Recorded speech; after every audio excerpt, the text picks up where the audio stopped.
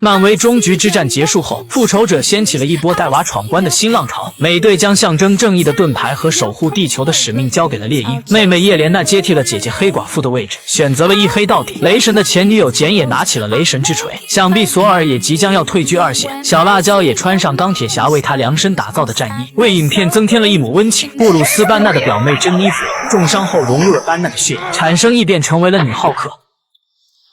惊奇队长的头号粉丝卡马拉戴上神秘手镯，获得了超能力，成为惊奇少女。黑豹因无限手套能量反噬最终去世，她的妹妹苏瑞公主成为了新一任黑豹，带领瓦坎达人民继续前进。蚁人的女儿凯茜朗也接过了父亲的装备，成为了少年蚁人。而我们的鹰眼也不例外，因为自己丢失了浪人战衣，把崇拜他的凯特卷入了一场巨大的阴谋之中。很快运动服黑手党追到凯特，正面打不过，他们便玩硬的，眼看火势越来越大，鹰眼与凯特只能丢下浪人战衣逃命。将凯特安置好后，鹰眼再次回到了现场，他伪装成消防员进入公寓，却怎么也找不到曾经的战衣。难道在这段期间还有其他人来过吗？疑惑间，他偶然看到自媒体平台上有人在穿着他的战衣炫耀，结合作者之前的视频，发现对方是某个热爱 cosplay 的俱乐部成员。鹰眼长叹一口气，说好跟家人共度圣诞节的约定又要食言了。而凯特将他和鹰眼的组合名字都想好了，结果他被对方无情的撵回了家，只因鹰眼觉得这是自己该面对的纷争。通过俱乐部的活动信息，鹰眼来到公园的树林中，这里有很多人穿着不同时代的服装，同时他也看到了自己的战衣。可即便鹰眼是超级英雄，他们也不买账，想进入场地就必须要报名换服装。没办法，他也只能照做，被迫参加这场小孩都提不起精神的虚假厮杀。鹰眼直奔目标而去，即便心里已经开始骂娘，身体也要应付一下。很快鹰眼就调整好情绪，甚至还对这项运动健身好感。见到身穿浪人服的小伙，鹰眼马上表明来意。面对超级英雄的指责，小伙非但不害怕，反倒提出了无理的要求，哪怕是假的也要杀死鹰眼一次。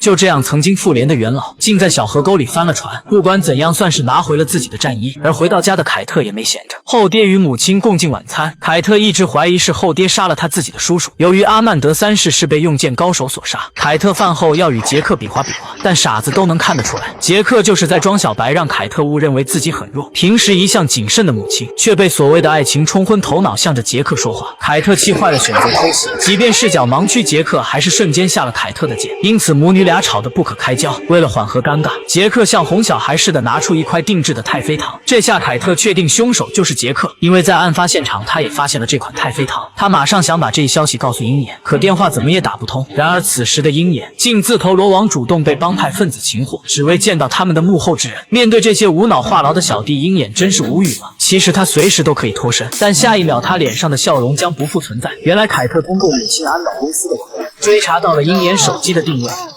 Oh wow, didn't realize you're supposed to bring guns. 眼下多了这个拖油瓶，鹰眼也不敢贸然行动。而这群傻小弟的带领者竟是新英雄回生，他天生听力障碍，还缺少一只右腿，为什么又死咬着浪人不放呢？难道是有深仇大恨吗？